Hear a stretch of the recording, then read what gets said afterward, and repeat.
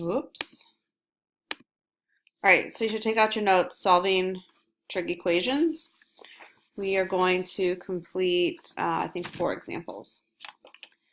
Pause the video as needed. I'm going to go kind of fast here because I'm limited on the amount of time I can do a video. But again, pause as needed. The first one we're going to do is on the front. It's the sine of 2 theta is equal to 1/2, where 0 is less than or equal to theta, which is less than 2 pi. And what this really means, just a quick little side trip here, if we're talking about this particular angle, we have to call it 0.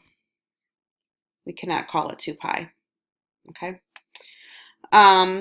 So anyway, so this is different. This 2 attached to the theta, that's different from what we were doing yesterday. Anything that's attached in front of the theta like that, that's going to tell you how many times around the unit circle you're going to go.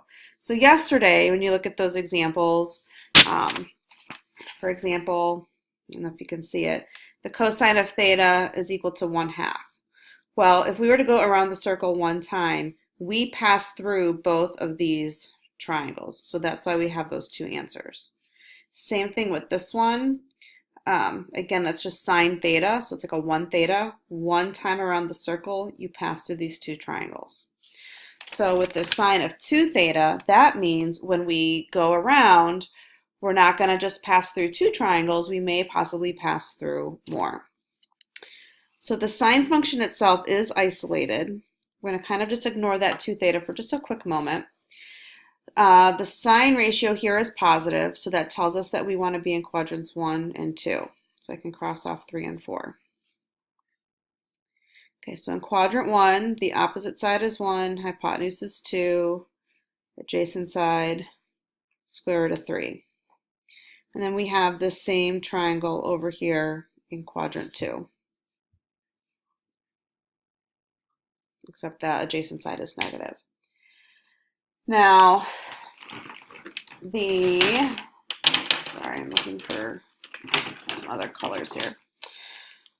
So this reference angle here, it's a pi over 6,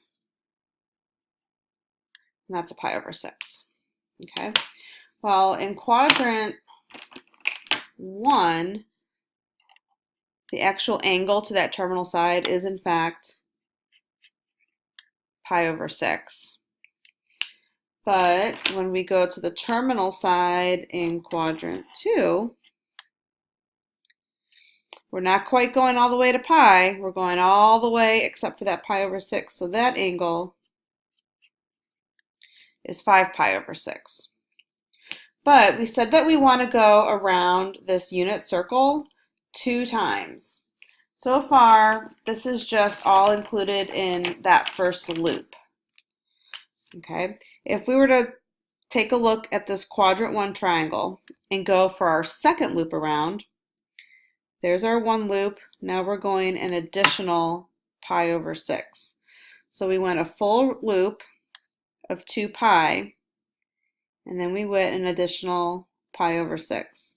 So that would be a total of 13 pi over 6. And then for this quadrant 2 triangle, we're going to go 1 whole time around, and then an additional 5 pi over 6. So we went 1 time around, which is 2 pi, plus that additional 5 pi over 6. So that is a total of 17 pi over 6. However, all of these angles here, those are not equal to theta. Those are equal to 2 theta. So now how do we get theta by itself? Well, we have to divide everything here by 2. So therefore, theta is equal to pi over 12, 5 pi over 12, 13 pi over 12, and 17 pi over 12. And that would be your final answer there. Okay, if we take a look at the next example, right next to it there, 3 tangent, that's a typo, it should say theta over 2, plus 3 is equal to 0. Again, 0 is less than or equal to theta, which is less than 2 pi. Again, you can call that theta, or you can call this one over here x, just so long as the variables match. There's just a little typo. So here, if you notice, that's like saying 1/2 of theta. So how many loops are we going to take around that unit circle? That's just a half a loop. So when you're thinking about the unit circle, a half a loop, that's just going through the top half, just through quadrants 1 and 2. So if we don't have any triangles here in quadrant 1 and 2, then we don't have an answer. But if we do have a triangle in 1 and or 2, then we will have an answer.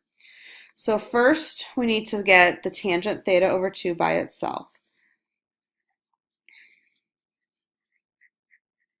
So we first subtract 3, and then we'll divide by 3. So tangent of theta is equal to -1. So the tangent of theta, its ratio, is negative in quadrants 2 and 4.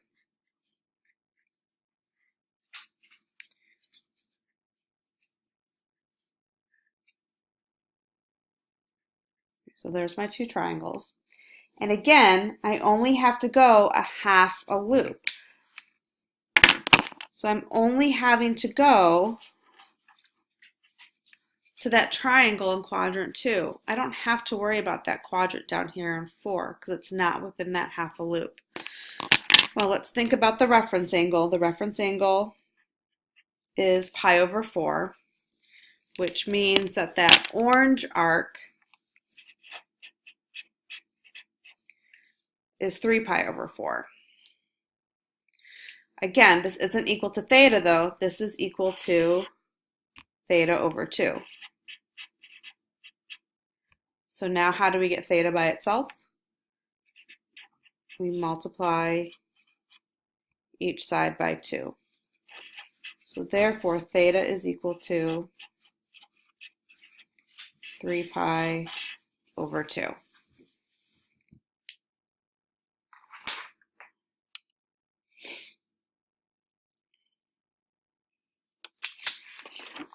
Next, let's take a look inside the upper left corner here.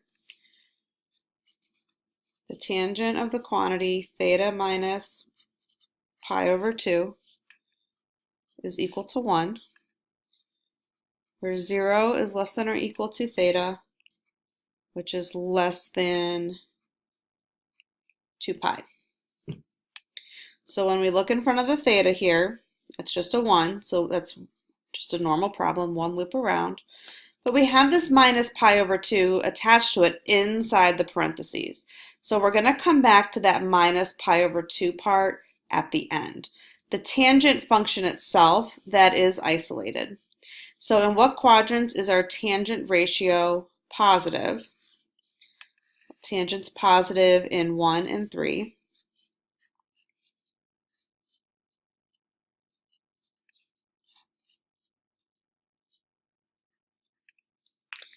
The reference angle is pi over 4. What's nice, in quadrant 1, the reference angle and the actual quadrant 1 angle is the same. So that's pi over 4. But in quadrant 3, we're going all the way over to pi and then an additional pi over 4. So that is 5 pi over 4. It's not equal to theta. This is equal to theta minus 2. Excuse me, theta minus pi over 2. So how do we get theta by itself? Well, we're going to add pi over 2 to each angle. So that means theta is equal to, okay, 1/4 plus 1/2 is 3/4. So it's 3 pi over 4. 5/4 plus 1/2, that is 7/4. So 7 pi over 4. That's your answer there. Okay, and then lastly, we're going to talk about the one right next to it. We know that the tangent of theta is -2. Again, 0 is less than or equal to theta, which is less than 2 pi. If we think about where the tangent ratio is negative, it's in quadrants 2 and 4. So the opposite side is 2, adjacent side will be 1, and quadrant 2, it's going left, so the 1 is negative. Hypotenuse then would be square root of 5. Quadrant 4, the 1 is now positive, the 2 is negative. Hypotenuse is still square root of 5. The question is, 1, what is our reference angle? 2, what is that quadrant 2 angle? And then 3, what is that quadrant 4 angle? Well, the problem here is that it's not one of our special right triangles, so we actually have to solve for theta on our calculator. And the direction said round to 2 decimals. So we actually have to do the inverse tangent of -2 to figure out what theta is. Well, if you recall from last week, when we're talking about the inverse function for tangent is restricted to quadrants 1 and 4. Because this is negative, it tells us that we're going to get a quadrant 4 angle somewhere that's negative. Because remember, inverse functions, we can have negative answers. So when you go ahead and type that onto your calculator, you're going to get an answer of -1.11, meaning that when you go clockwise, that angle is 1.11. Well, that's our reference angle, 1.11 there. So over here in quadrant 2, that reference angle is also 1.11. But the directions say I have to be between 0 and 2 pi. So we're going to go back now, because remember, this technically isn't an inverse function equation. Let's go back to that green arc. How far are we going with, not the green arc, the orange arc. How far are we going with that orange arc? Well, we're not quite going all the way over to pi. If we go over to pi, we then have to take off that 1.11 to get to the terminal side. And pi minus 1.11 is 2.03. If we look at our green arc, we're not quite completing that full circle. So that's a 2 pi. The part we're not completing is that 1.11. So 2 pi minus 1.11, that's 5.17. So our final answer here, theta, is 2.03 and 5.17.